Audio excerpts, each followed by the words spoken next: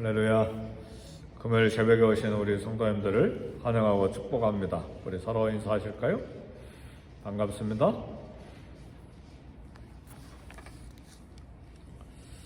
오늘 금요일 새벽 기도 설교 제목이 상한 갈 때 치유 혹은 꺼져가는 심지 치유 그런 제목을 이렇게 정했는데 꺼져가는 심지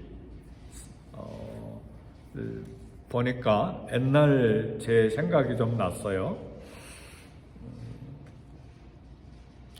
제가 이제 결혼하기 위해서 한 자매를 위해서 기도하고 있었는데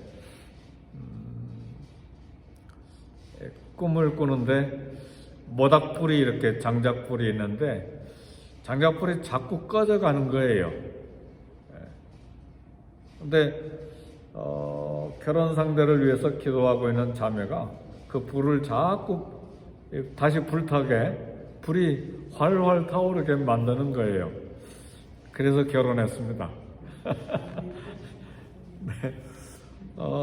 간증이라고 하는 것은 극히 주관적인 것이고 개인적인 것이기 때문에 일반적으로 보편화시킬 수 있는 건 아니고 똑같은 그런 꿈 꾸시고 결혼하죠. 절대로 그렇게 말할 수 있는 건 아니죠. 극히 개인적인 것이고 또 개인 경험이니까. 근데 이제 그런 꿈이 갑자기 생각이 났어요. 근데 오늘 상한 갈 때 막 필요 없다고 다 잘라버리거나 베서 없애버리거나 그러지 말고 또 심지 꺼져가는 심지 독한 냄새 나잖아요. 하얀 연기 나고 그냥 에이 꺼버리자 그러지 말고 오늘 주님이 하시는 모습 보면서 잘 불을 살리고 또 기름을 공급하고 그런 저와 여러분의 신앙생활이 되기를 주의 이름으로 축복합니다. 오늘 본문에서 중요한 핵심인데 그 부분을 지금 결론적으로 이야기를 했습니다. 독일의 니체라고 하는 철학자는 신은 죽었다 그런 말을 했습니다. 하나님이 죽었다니요. 이해는 돼요. 예를 들면 이런 것이죠. 그 이야기에 나오는 내용인데 어느 분이 밤에 길을 가다가 낭떠러지기로 떨어져 버렸는데 마침 나무에 걸려가지고 이렇게 나무를 붙잡고 있는 거예요. 깜깜한 밤이니까 낭떠러지가 얼마나 깊은지 알 수가 없으니까 부여잡고 막 살려달라고 하나님 살려달라고 막 외치는데 그 깜깜한 밤에 누가 지나갈 겁니까? 아무도 지나가는 사람이 없죠. 근데 막 밤새도록 하나님 살려주세요 살려주세요 살려주세요. 하나님 응답이 없는 거예요. 아침에 일어나 보니까 발 하나만 더 내디디면 땅이 닿는 곳인데 밤새도록 고생한 거예요. 그러니까 이 사람이 하나님이 살아계시면 어떻게 그거 안 알려주시고 밤새도록 막 절망과 저주와 고통 속에서 지나게 하시느냐? 어떻게 생각하세요? 하나님 죽으셨어요? 철학자 니체가 바로 그런 생각에 마음이 꽂힌 거예요. 그래서 하나님 죽었다. 응답 안 한다. 죽었으니까 응답도 안 하신 것이다. 때때로 우리의 삶의 고통과 어려움이 또 부정적이고 또 어려운 그런 환경들이 주어질 때 우리도 그런 마음이 들 수가 있어요. 그러나 하나님은 살아계십니다. 우리 믿음의 선배들은 그리 아니하실지라도 하나님이 나를 살려주지 않고 불에 던져서 죽는다 할지라도 나는 왕에게 절하지 않겠나이다. 왕의 신상에 절하지 않겠나이다. 다니엘의 세 친구들이 그래서 불 속에 들어갔잖아요. 그런 우리 믿음의 선배들 있고, 스데반은 돌로 맞아 죽어가면서도 자기를 돌로 쳐서 죽이는 사람들 저주하지 않고, 저들이 몰라서 한 것이니까 하나님 죄를 저들에게 돌리지 마시고 용서해 주세요. 그러니까 두 관점이죠. 하나는 하나님이 죽었다고 보는 관점이 있고, 또 한 측은 생생하게 하나님이 살아계신데 그 십자가 사랑을 기억하고 죽을지라도 나는 우상에게 절하지 않겠나이다. 이게 믿음이 있는 사람과 그 다음에 믿음이 없는 사람의 극명한 차이입니다. 그러나 니체가 신은 죽었다라고 말을 했는데, 죽은 자는 하나님이 아니라 니체죠. 하나님 지금도 생생하게 살아계시고 니체는 죽었죠. 그렇죠. 본문 오늘 마태복음 12장 14절에 보니까 바리새인들이 나가서 어떻게 하여 예수를 죽일까 의논하거늘 그랬어요. 주님을 죽이려고 하는 의논을 계속하던 바리새인들은 지금 다 죽었죠. 결국 십자가에까지 매달리는데 성공을 했는데, 이 모든 과정 예수님께서 스스로 말씀하신 대로 된 거예요. 바리새인과 율법사들과 서기관들이, 종교 지도자들이 막 모의하고, 그 다음에 군중들을 모으고, 그리고 빌라도 총독을 막 위협하고, 이 사람 살려주면 당신 자기가 왕이라고 하는데 당신 가이사 황제의 명을 어기는 것이고 정치 잘못하는 것이고 막 고소하겠다, 그런 온갖 위협 속에서 결탁이 된 것이죠. 헤로드 왕도 결탁하고 종교 지도자들, 로마 총독, 사단도 그들 속에 들어가서 유다의 마음속에, 가룟 유다의 마음속에 들어가서 이렇게 예수님을 팔고, 그런 모든 과정 속에서 예수님을 결국은 십자가에 매달아 죽이는데 성공했는데, 성공이 아니죠.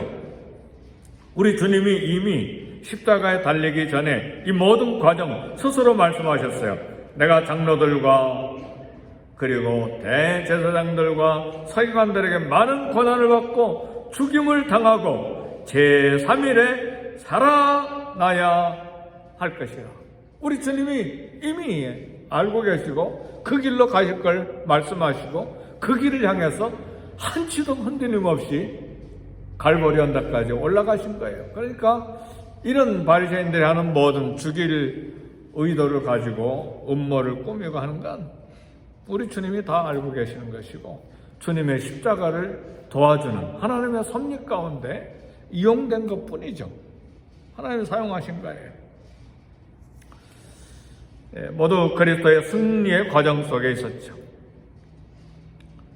그리고 더 많은 사람들, 온 세계 사람들이 그리스도의 이름을 전파함으로 구원받고 하나님께 영광되는 하나님의 섭리의 과정 속에 있었습니다. 그리스도를 죽였던 유대민족들 2000년 동안 나라 없이 방황했죠. 그랬잖아요. AD 70년에 로마에게 완전히 멸망해가지고 1948년까지 나라가 지구촌에서 사라져버렸으니까 거의 2000년 동안 나라가 없어져 버린 것이죠.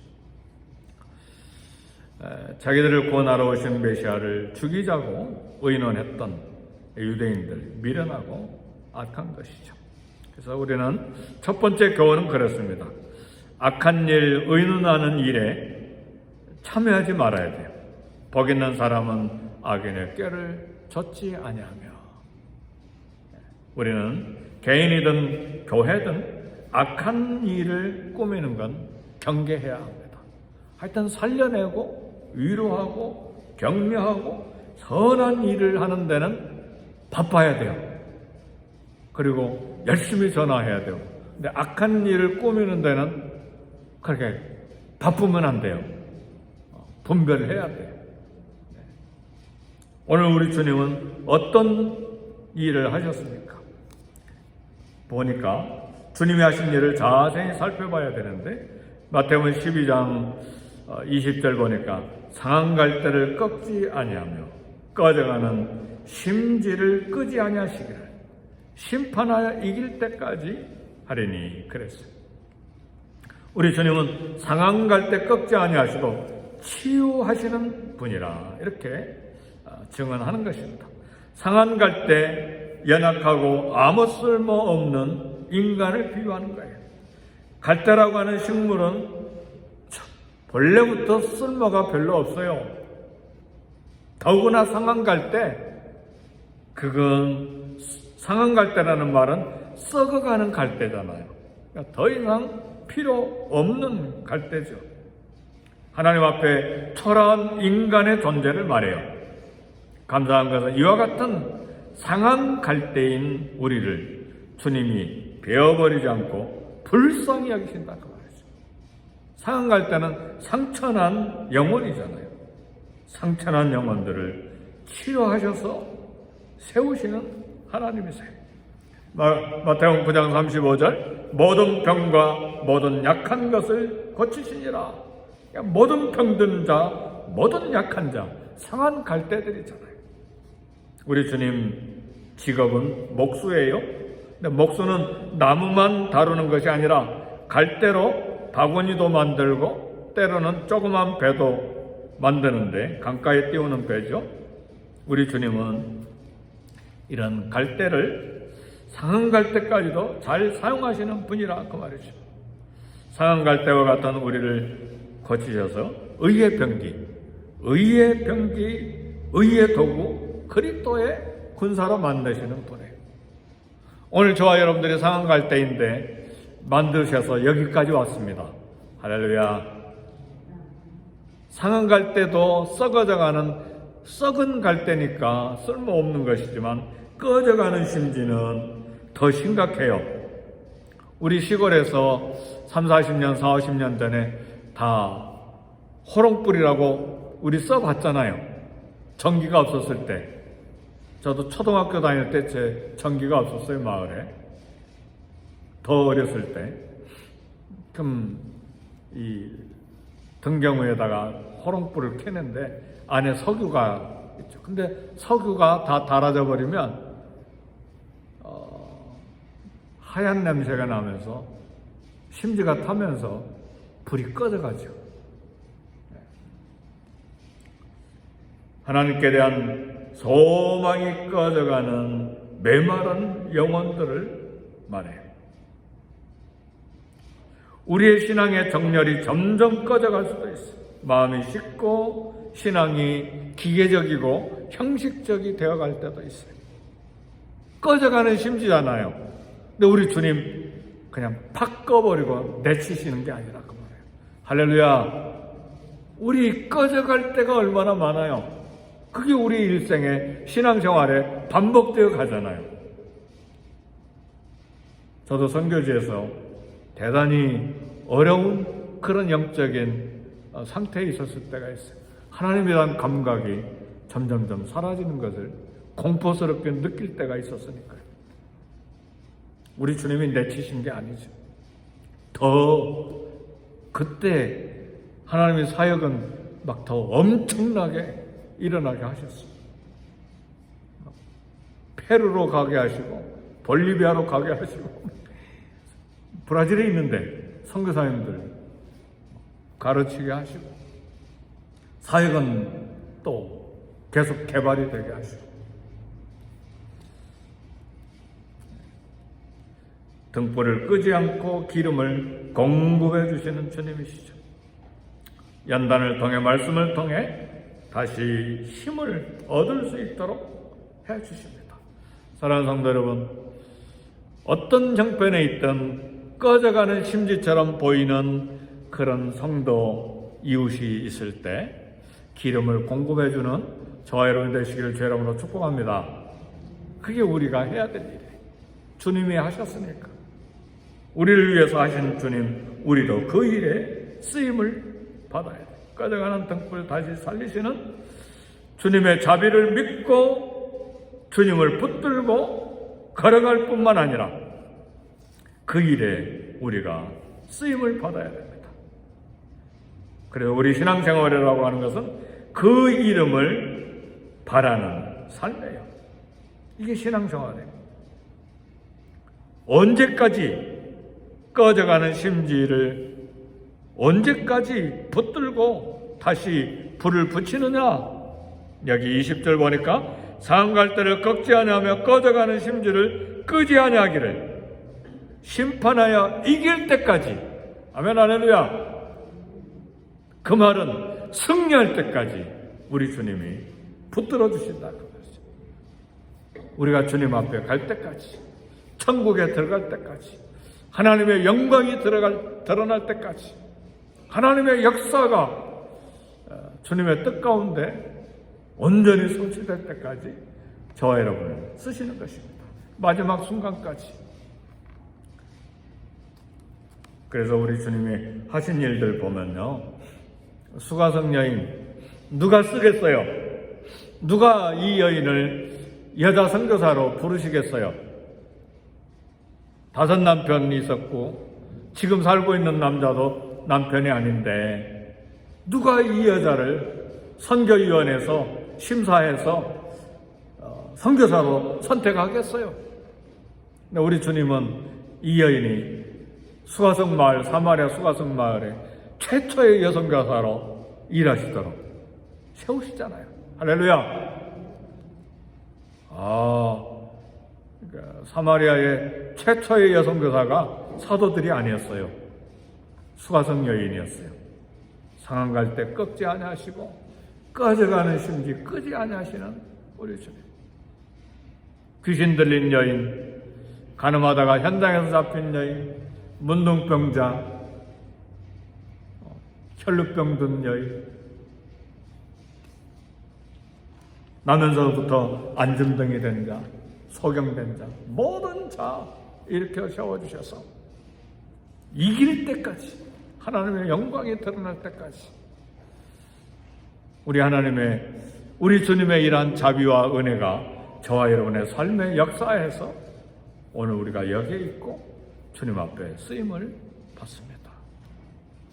우리의 단점이 뭐냐? 너무 쉽게 절망하는 거예요. 너무 쉽게 포기하는 거예요. 너무 쉽게 판단하는 거예요. 주님의 안목을 가지고 오늘도 세우는 일에 쓰임받는 저와 여러분이 될 뿐만 아니라 또 그 일에 동역하는 사역자들이 될 수 있기를 주의 이름으로 축복합니다. 우리 기도하겠습니다. 기도하실 때 우리 주님의 사역을 본받고 또 그 일에 쓰임받는 우리가 되게 해달라고 기도하십시다.